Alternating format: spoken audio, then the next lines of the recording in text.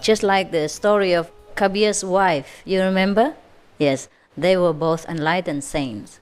But as a true Hindu wife and goddess, she would never in a dream put her foot in front of her husband and let people know how great she is.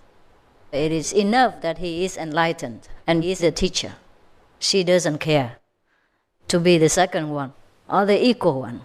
All the Hindu wives never in a dream do such things. Yes, they are very humble. They always stay behind and do whatever the husband told them to do. That's why, since ancient times, we have so few women masters. Because, as you know, most of the sacred literature of practicing spiritually is well preserved and revered in India. And many of the great masters came from India. And many of the great masters came from different lands, but have their root of spirituality from India. So, of course, men teach it men, and then men go out and spread the good news to men again. And then choose a man here, since men is more associated with men, so the hair will be men again. And then so the circle goes round. Because Hindu women would never try, to be assertive and to show their greatness from within or without. If there is a master already, there is one enough. She is contented to cook chapatis, to grill potatoes, and to clean the house for whoever her husband brings home as guests. When you go to an Indian household, the wife always cooks, cleans after you, and does everything to make you comfortable, while the husband will treat you as good as a guest and converse with you and try to entertain you in an intellectual or spiritual level. The wife would clean after your feet even. She clean after the food that you left on the floor and make everything comfortable for you. Never speaks to you if not spoken to. So this is some of the very good qualities of the Hindu woman that I would like to share with you, which I cannot learn yet. Luckily I don't have a husband, so I don't consider it anymore. Well, when I learn all these qualities, it's too late, right? My husband already picked up another one. And perhaps both of them are struggling to learn still.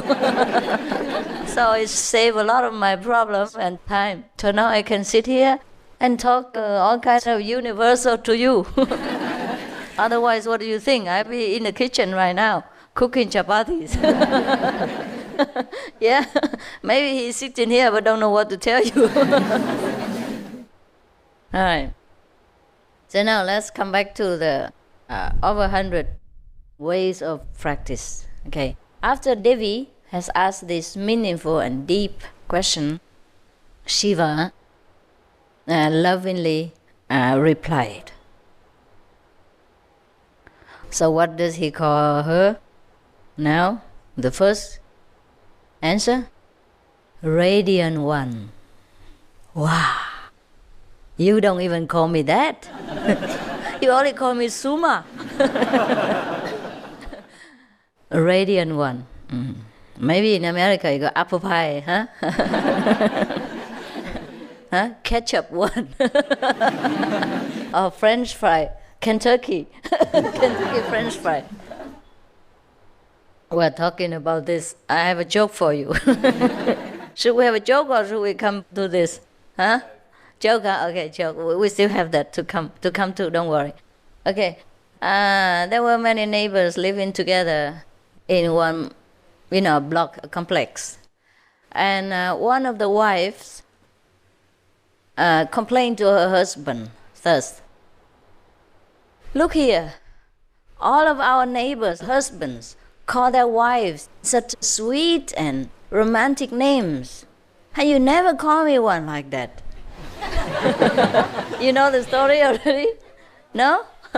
How come you laugh then? Don't laugh so soon, you'll probably cry later. If it happens to apply to you. So the husband said, what did they call their wives? I never heard anything. So the wife said, the one who lives on our right, he calls his wife apple pie. And the one who lives next to him calls his wife sweet cherry blossom. The one who lives left to us calls his wife rosemary. You know, rosemary is a very fragrant kind of spice you put into your food, yeah?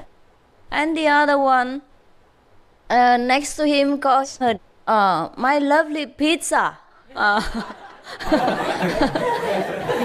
Still, the on and on other people also calls her my bonsai, my precious bonsai. And the other one calls her, oh, my diamond, my flawless diamond. And you never call me anything so sweet and romantic like this. So the husband shook his head and said, I'm sorry, but the one who lives on the right side, he's a baker. And the one next to him, what did he call her? Huh? Cherry blossom, huh? Okay. He's a gardener. He plants cherries. He's Japanese. And the one on the left calls his wife rosemary. He sells herbs. Yeah, herbal things. Yeah. And the other one who calls his wife diamond because he's a jeweler. I'm a shoe repairer. I can't call you my broken shoe.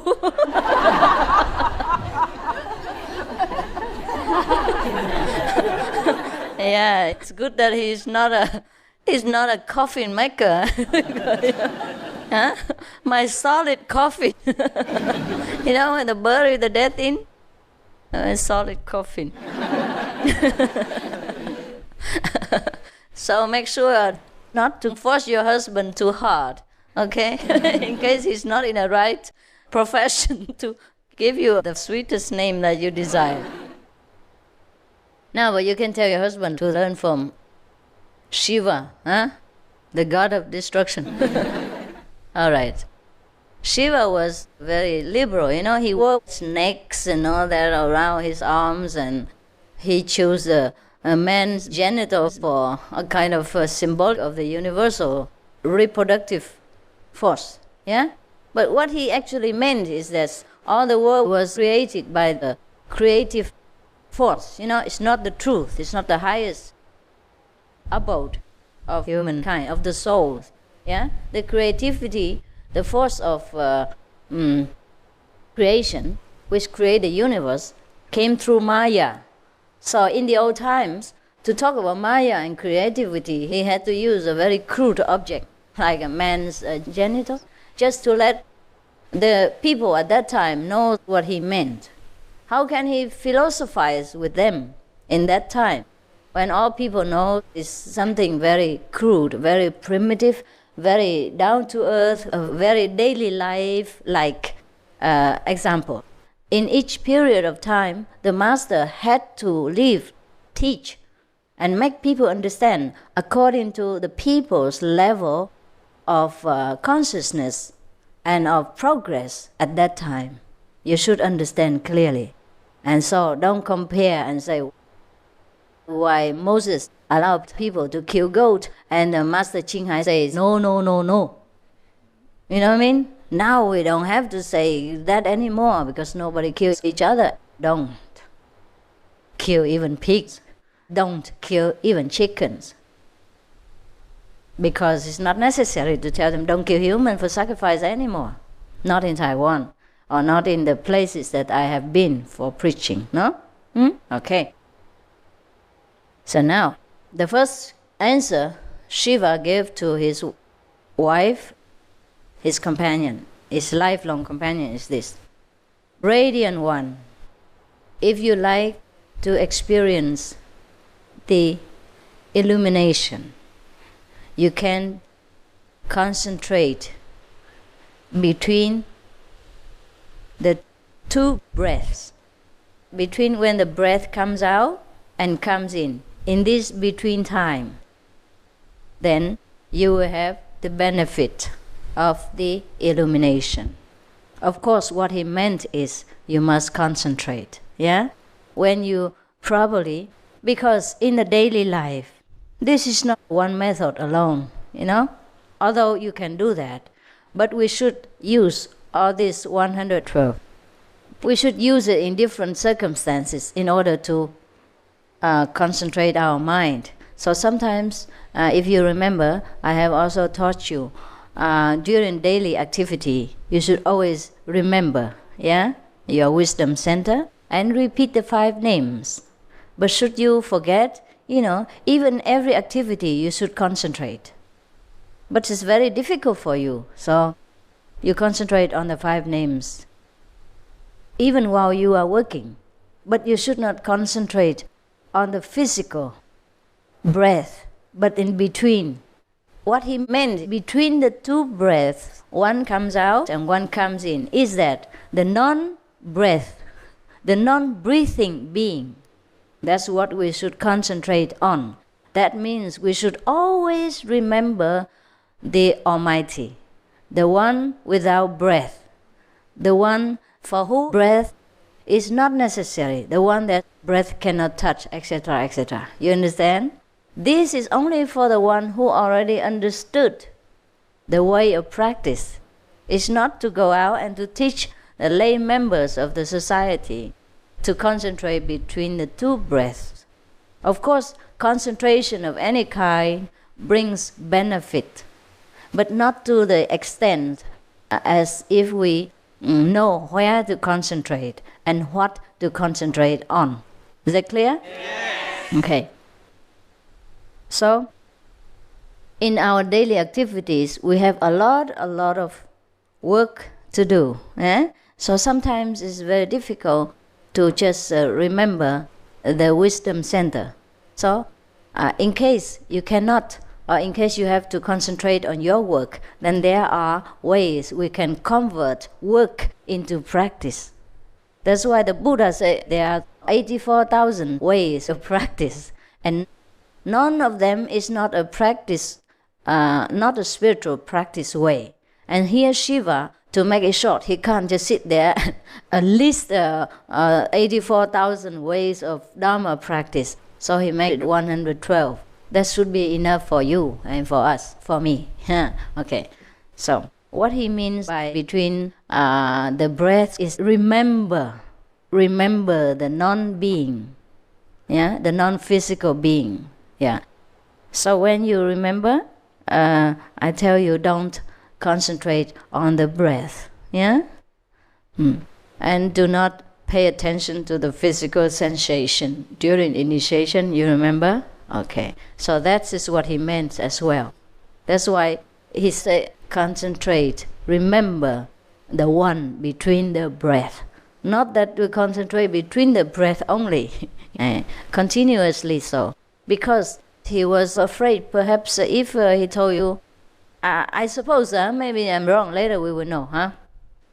And later maybe we read some more and then I will tell you more. Okay, there are a lot of things to read and we're only the first one yet.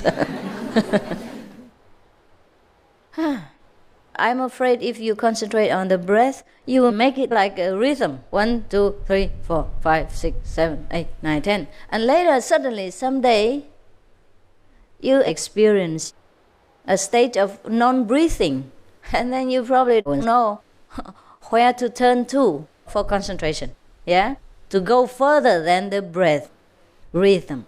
And then you get stuck there.